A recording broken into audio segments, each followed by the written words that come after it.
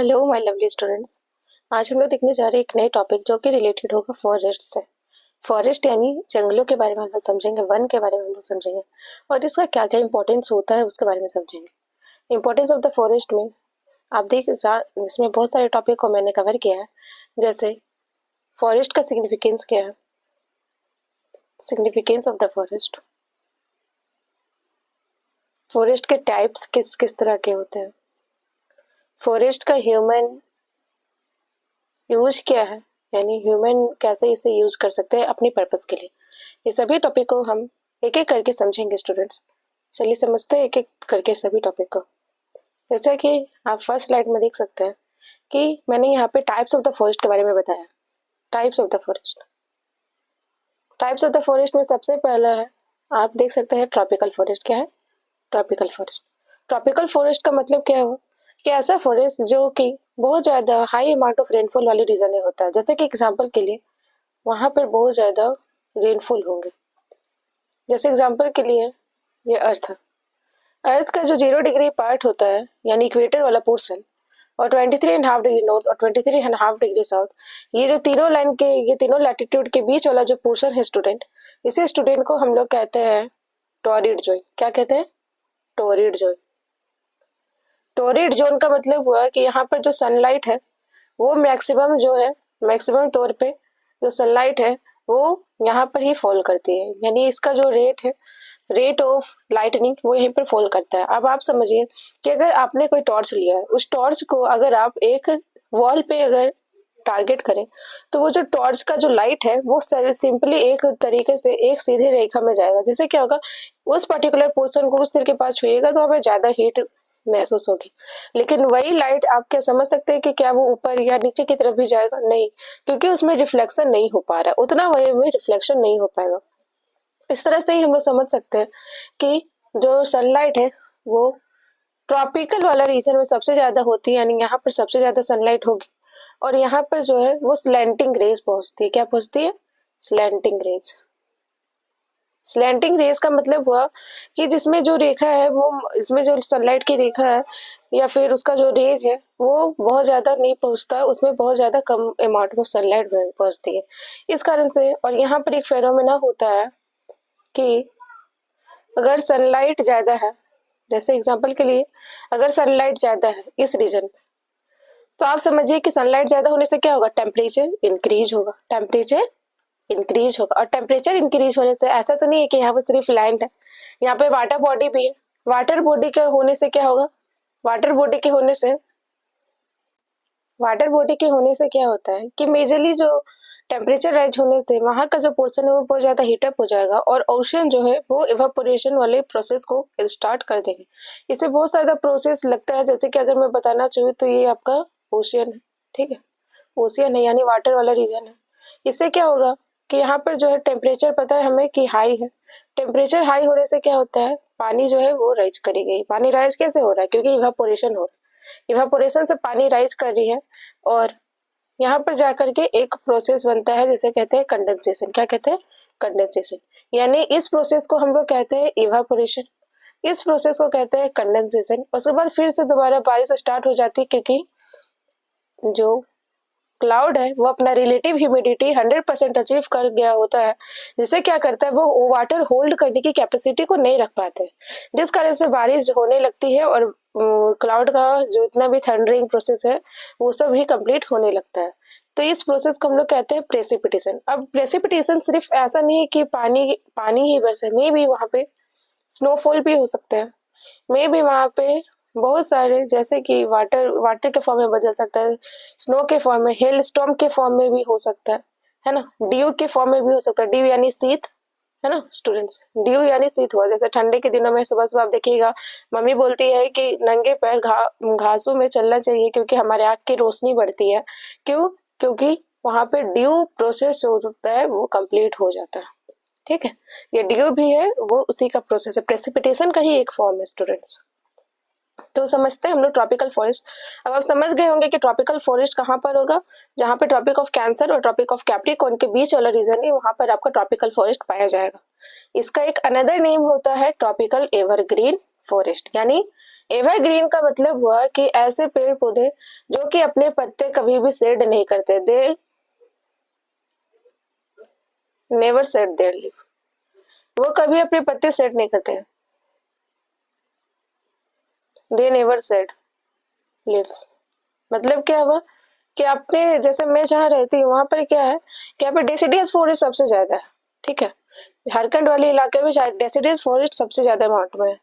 पर आप इसी प्रोसेस को आप देख लीजिए मेघालय में या फिर वेस्टर्न घाट्स वाले रीजन में एवरग्रीन फॉरेस्ट आपको ज्यादा देखने को मिल जाएंगे, क्योंकि वहाँ पे हाई अमाउंट ऑफ रेनफॉल होता है। रेनफॉल होने से क्या होता है कि एक पर्टिकुलर सीजन नहीं होता जिसमें पत्ते जो है वो पूरी तरीके से झड़ जाए और एक नए मौसम से वो बनना या फिर एक बार फिर से वो प्रोड्यूस होना स्टार्ट करे। यहाँ पर पत्ते क्या होते हैं, पूरे आपके 12 महीना जो है 12th मंथ वो ग्रीन ही होते हैं, उसमें कोई भी तरीका का चेंजेस नहीं होता है। हाँ, मतलब वो पूरी तरह का से सेड नहीं करते अपने लीव्स को, वो प्रोसेस ऑफ द ट्रांजिशन करते रहते हैं बस, ठीक है। नेक्स्ट यहाँ पे क्या है, ये मेजरली कहाँ आपका पाया जाएगा, ये आपका पाया जाएगा अफ्रीका में, साउथ अमेरिका में और ऑस्ट्रेलिया में। ये तीनों जो है वो बहुत ज्यादा इंपॉर्टेंट लोकेशन है। अगर मैं एक रफ मैप बनाना चाहूँ, इसमें तो क्या, तो फिर आप देख सकते हैं, अगर मैं एक रफ मैप बनाना चाहूँ दुनिया का, तो ये आपका क्या है, साउथ अमेरिका वाला पोर्शन है। इसी के नीचे में एक पोर्शन है जो कि साउथ अमेरिका का है। इसी साउथ अमेरिका का मैंने बात किया अभी। फिर क्या है, अफ्रीका यहाँ पे ग्रीनलैंड वाला पोर्शन है, यहाँ पे यूरोप वाला पोर्शन है, ठीक है, ये यूरोप और एशिया वाला पोर्शन है। यहाँ पर ही आपका क्या आ जाता है, अफ्रीका, ठीक है। अफ्रीका के ही जस्ट सदर्न में आपका क्या आ जाएगा, ऑस्ट्रेलिया। यानी मेजरली टारगेटेड पोर्शन कौन कौन सा है, मेजरली टारगेटेड पोर्शन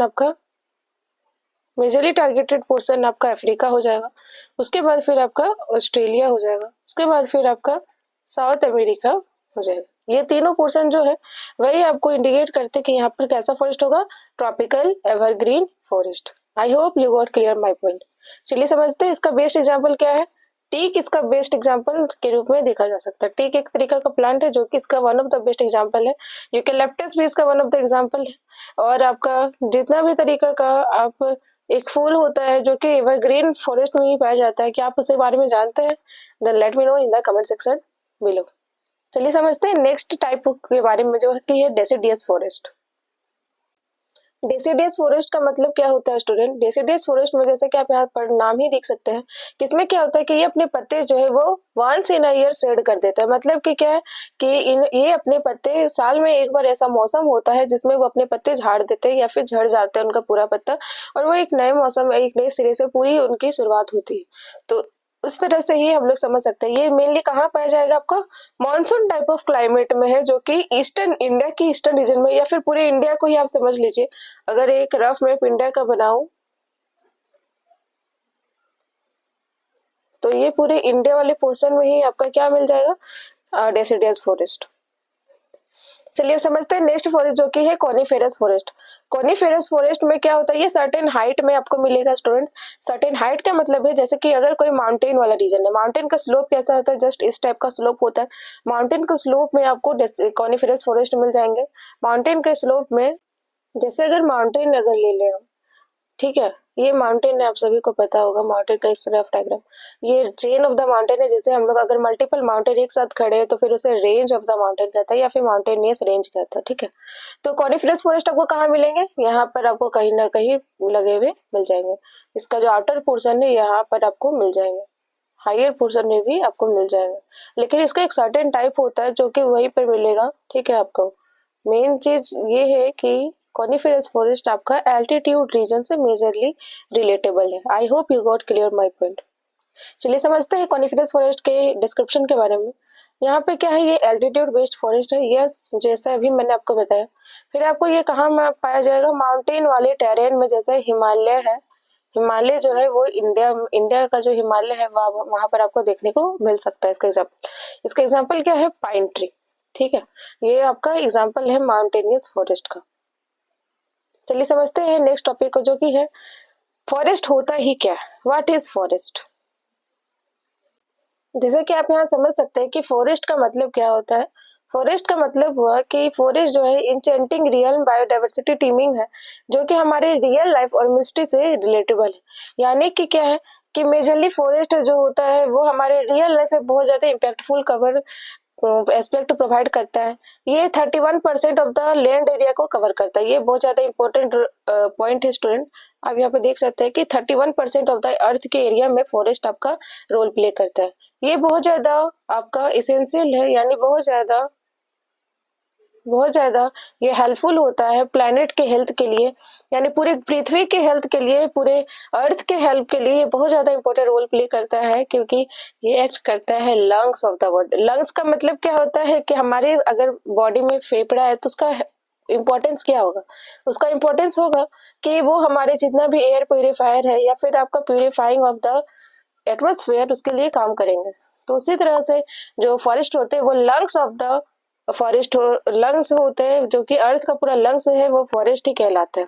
ये क्या करता है? एब्जॉर्ब करता है लाइट को, ठीक है।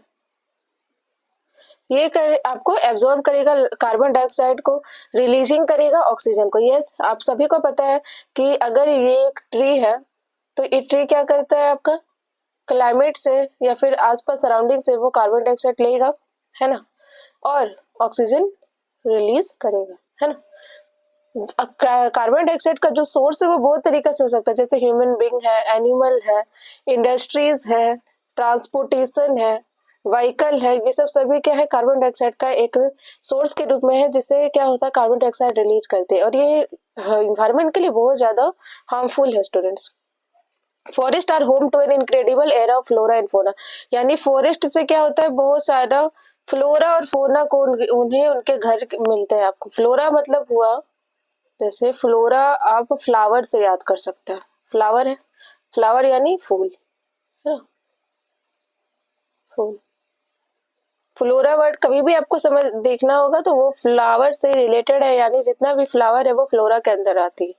उसी तरह अगर मैं बताना चाहूँ फोना, फोना तो फोना आपका एनिमल्स से रिलेटेड। एनिमल्स आपका aquatic animal, terrestrial animal, land animal, सारे एनिमल्स इसमें इंक्लूडेड हो जाएंगे। I hope you got my point.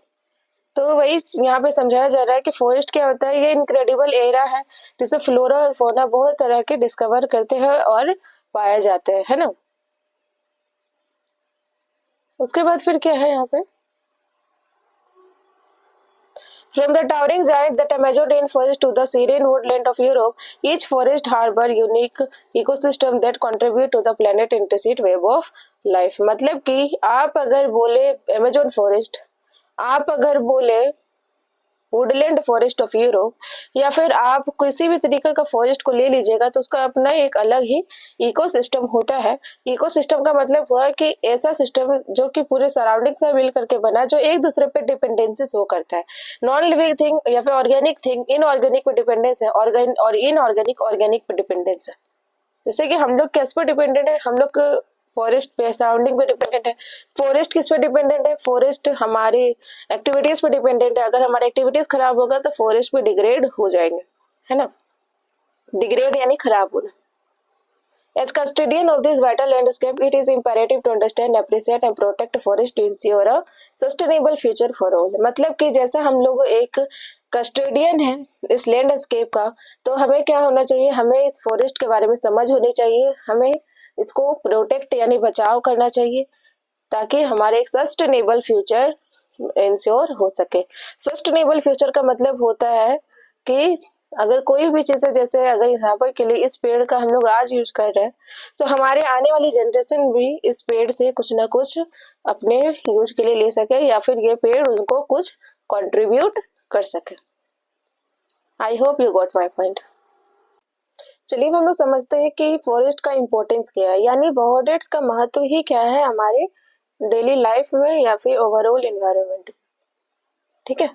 Forest are vital to the health of our planet because they act as a pyramid of ecological, economic and social benefit. यहाँ पे क्या बताया जा रहा है कि फॉरेस्ट जो है वो एक इकोलॉजिकल के रूप में, इकोलॉजिकल का मतलब होता है कि कितना भी सराउंडिंग में जो भी चीजें हमारे प्रेजेंट है वो सारी चीज, और इकोनॉमिक यानी अर्थव्यवस्था में और हमारे सामाजिक रूप से ये क्या क्या बेनिफिट रखते हैं, इसे बहुत ज्यादा इंपॉर्टेंट रोल प्ले करता है। They act as the earth lung, जैसा अभी मैंने आपको बताया कि ये फॉरेस्ट जो है वो लंग्स की तरह यूज करते हैं, जिसमें एयर का प्यूरिफायर या फिर पूरे एटमोस्फेयर को क्लीन करने का जिम्मेदारी या फिर एक रिस्पॉन्सिबिलिटी और फॉरेस्ट के अंदर आता है। ठीक है, ये एब्जॉर्ब करता है कार्बन डाइऑक्साइड को और रिलीज करता है oxygen and thus playing a crucial role in our ecosystem. मतलब ये क्या है कि आपका इसमें क्या होगा, क्लाइमेट चेंज को लड़ने में फॉरेस्ट बहुत ज्यादा इंपॉर्टेंट रोल प्ले करते हैं। क्लाइमेट चेंज का मतलब क्या हुआ कि certain degree of rise of the temperature, यानी कि कभी भी अगर certain degree of rise of the temperature होने लगा, अनयूजुअल टेम्परेचर राइज होने लगा, तो फिर क्लाइमेट चेंज का फेनोमेना देखने को मिल सकता है, जिसमें क्या होगा, ओजोन लेयर डिप्लीशन होगा, फिर आपका ग्रीन हाउस इफेक्ट होगा, बहुत सारे ऐसे ऐसे डिफॉरेस्टेशन होगा, फॉरेस्ट फायर होने लगेंगे, फिर आपका फ्लड होने लगेंगे, बहुत सारे डिजास्टर्स रिलेटेड एक्टिविटीज होने लगेंगे। ये सब चीजों को कॉम्बैट करने के लिए फॉरेस्ट भी बहुत ज्यादा ही इंपॉर्टेंट रोल प्ले करता है स्टूडेंट्स। फिर आप यहाँ पे देख सकते हैं कि ये बहुत ज्यादा इंपॉर्टेंट रोल प्ले करता है। ये हैबिटेट यानी कि घर प्रोवाइड करता है एनिमल्स के लिए, प्लांट्स के लिए, माइक्रो ऑर्गेनिज्म के लिए, और ये बहुत ज्यादा इंपॉर्टेंट रोल प्ले करता है और भी सारी एक्टिविटीज के लिए। ये सपोर्ट करता है मिलियन ऑफ पीपल को, यहाँ पे देख सकते हैं कि ये सपोर्ट कर रहा है मिलियन ऑफ पीपल को। Additionally they offer a recreational opportunity and contribute to cultural and spiritual वे।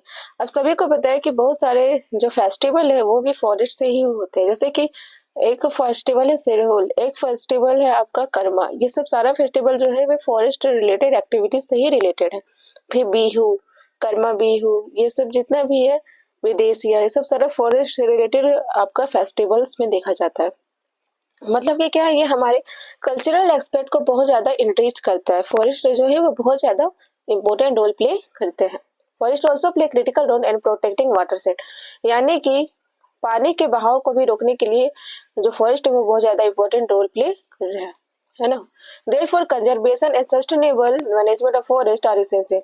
इसी कारण से सस्टेनेबल मैनेजमेंट फॉरेस्ट का बहुत ज्यादा हमें जरूरत है, और ये इससे हमारा क्या होगा, फ्यूचर जनरेशन को भी हेल्पफुल होगी, जैसे अभी मैंने आपको बताया था। इस पार्ट में हम लोग इतना ही समझते हैं। आगे आने वाले पार्ट्स में बहुत सारे इंपॉर्टेंट कंसेप्ट जो कि फॉरेस्ट से रिलेटेड है और भी समझेंगे स्टूडेंट्स। तब तक के लिए अगर आपको ये सेशन अच्छा लगा then let's like and subscribe for more search content. ये बारकोड है दिया हुआ है, इसमें आप क्या कर सकते हैं, स्कैन करके मेरे प्रीवियस वीडियोस को भी देख सकते हैं जो कि इससे बहुत ज़्यादा रिलेटेबल है, और इससे आप अपनी टॉपिक को भी एनरिच कर पाएंगे। Thank you.